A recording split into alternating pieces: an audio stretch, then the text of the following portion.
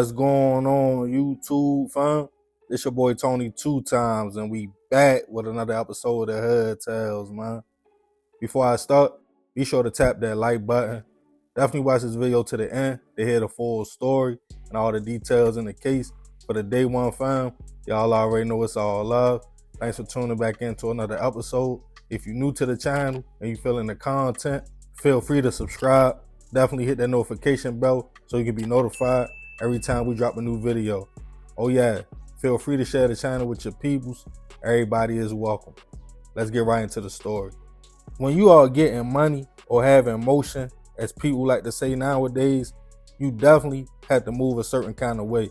Most people that are getting to a bag like to show off the fruits of their labor.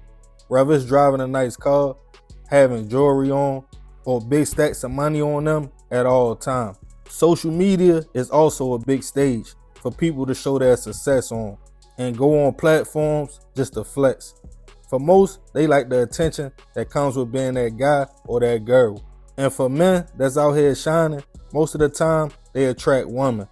Whether it's girls that want to be around you because of what you have to offer them, or females that really want to be your girl and in a real relationship. Most of us know money equals power, even when it comes to the opposite sex. But you have to be extra careful when you are in the mix, on the scene, and showing off like that you don't attract the wrong kind of attention. The same way you have people out here eating, you also have wolves that's out here starving, looking for an easy come up. And when you are that person that's able to attract money and attention, unfortunately, the hate comes with it. And on this episode of Hood Tales, we'll be taking it to Chicago, Illinois to discuss the case of a club promoter who was set up by his girlfriend for her husband. All the way back in 2013, 33-year-old John Fuzzy Atkins was making noise all on the Chicago club scene. By being a promoter, Fuzzy was making money, bringing some of the biggest stars into the city and networking. But he had to grind his way up to the top. Let's rewind back to his younger days. Fuzzy always showed his competitive nature, let it be known he had talent, and took everything he did serious. His name started ringing bells when he became a part of a big group that did a style of dancing infamous in Chicago called footwork. After gaining attention in the city, Fuzzy took the clout and started networking, which eventually landed him a gig as a radio host on Power 92. Now on the airwaves, his personality really shined. He took his passion for making people smile off the radio into the poppin' nightlife in Chicago. And by 2013, Fuzzy was the man. He was hosting events all around the city, getting a percentage of the door money and the bar. And depending on what celebrity was in the city that time, he could easily make up to $10,000 or $15,000 a night. Name buzzing, jewelry, always showing money on social media. It's not no secret that his line of work and swag also caught the attention of the woman who showed up to the events. Stated to be a ladies' man, Fuzzy had one daughter, but during the event, he bumped into an ex-girlfriend and ended up by that time having a son as well, for a total of 2 kids. This situation led to a little bit of baby mama drama, since the two women didn't really see eye to eye. But they both knew what type of dude they was dealing with, and Fuzzy wasn't nowhere ready to settle down yet. With his fame and clout through the city, also came hate.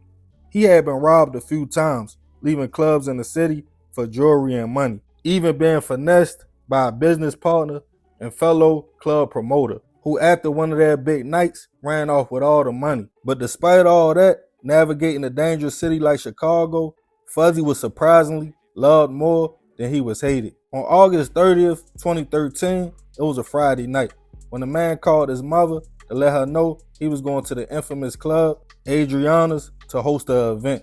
He apologized to her about a recent argument they had just had and told her he would see her soon, but that would be the last time she would talk to her son. The following morning, CPD got a call of a man laying in the gangway in the far south side of the city in Morgan Park. When they responded to the scene, they found the man suffering from a single gunshot wound to the back of the head, and he was already pronounced gone on the scene, and unfortunately later identified as Fuzzy. As his family received the news, they were confused. He had no dealings on that side of town and lived over 30 miles away. His car was missing, wallet, cell phone, and keys. Some people thought the man's flashy ways had finally caught up with him, as his jewelry was also missing, indicating a robbery. But as days went on, due to his lifestyle, police were stuck. They thought it could possibly be one of his baby mothers, coming from the angle of a woman's scorn, or even the other club promoter who wanted to get Fuzzy out the way for good. But when his cell phone records came back, police would get their first lead. His last call was to a 29-year-old woman named LaDonna Carey at around 3 a.m. Police went to talk to LaDonna, the mother of 4. She claimed she knew Fuzzy from the club, and she even considered the man her boyfriend, as the two would often creep around, but she was also married. But she claimed to have no knowledge of what happened to him that night. Another name popped up as well, LaDonna's friend, another young lady named Adriana. The 25-year-old woman was also in communication with Fuzzy, and she too was married as well. But they both claimed they only spoke to the man about the club event he was hosting that night. As days went by, the city was hurt, and Fuzzy's family wanted answers, as it seemed like police was stuck. The family took to social media, asking for any information and asking people to come forward. But his brother felt police was taking too long and decided he would be his own detective in his brother's case. He went back to the same neighborhood where his brother's body was found at and started knocking on doors, asking questions. One person claimed they heard a fatal gunshot go off about 3:45 a.m. while they was in a kitchen making coffee. Another person went as far as to giving a name, a man named Jeremiah Taylor. The person claimed Jeremiah wasn't a shooter though, but somehow his name was circulating all in the case. And ironically, Jeremiah had a strong connection, as Adriana was his wife. As Fuzzy's brother did his homework, he went on social media and called Jeremiah himself. The man stated he was in Gary, Indiana at the time of the shooting, and he had nothing to do with it. Fuzzy's brother delivered his findings to CPD. They told him to pump his brakes. They felt like he was interfering with their case. Almost a year would go by.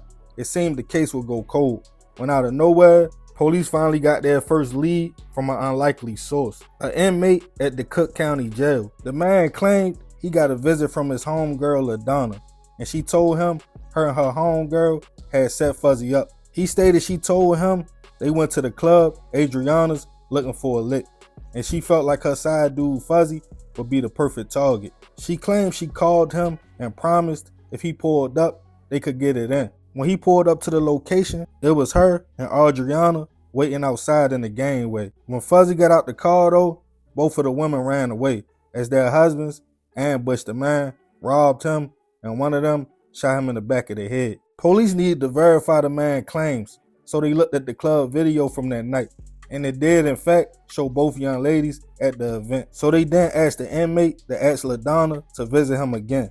This time, he would wear a wire. He asked her to repeat the story, and she did. With that, police went to talk to her and Adriana. They both confessed to setting Fuzzy up, but not knowing he would get shot. With that, both women was taken into custody. At first, charged with robbery and murder. They were both held on a $500,000 bail, but their claims that their husbands was the trigger man wouldn't go far at all, as police had no evidence. Almost 6 years would pass by when enough evidence was finally found to arrest LaDonna's husband, Jabari Hicks, and Adriana's husband, Jeremiah. As police got information, Fuzzy's car was driven to Gary, Indiana, and burnt up after the hit, along with all his other belongings. But since the incident, Jeremiah himself had passed away, and Jabari was now a mechanic living with his girlfriend in Indiana. He never admitted to being involved in the shooting though, but police had information him and Fuzzy had words prior about Fuzzy sleeping with LaDonna. He told the man to leave his wife alone, but they kept creeping around. So police felt Jabari told his wife to lure Fuzzy to a location, telling her it was just going to be a robbery. But instead, he decided to shoot Fuzzy and get him out the way for good. It's not clear if Fuzzy was also in a sexual relationship with Adriana, or if her and her husband was just looking for a quick come up. Surprisingly, both women's charges were dropped to just robbery for their roles in the situation, and they both only received 15 years apiece in prison. Jabari's case is still pending, and as of now, I couldn't find any information. and he is innocent until proven otherwise. Fuzzy's family felt like the only reason police kept pursuing the case and it didn't go cold was because of a DNA test for his second baby mother. Her and Fuzzy's mother decided to go on Judge Mathis to do that so his son could get survivor's benefits. The family felt like the nationwide coverage made CPD put another light on the case, and pressure poured in. Rest in peace to Fuzzy. I send my prayers and condolences to his family. As I stated earlier, being that guy comes with a lot of love, but unfortunately, it only takes a little bit of hate for somebody to want to get you out the way. And smashing another man's wife will make you a target every time. But I'm curious on how y'all feel about this situation. So I'm going to leave this one open for discussion. Y'all leave it in the comments. And remember, we got to succeed not to fail, so we won't be just another hood tale. Yeah, man, crazy story. Rest in peace to Fuzzy. I definitely send my prayers to his family.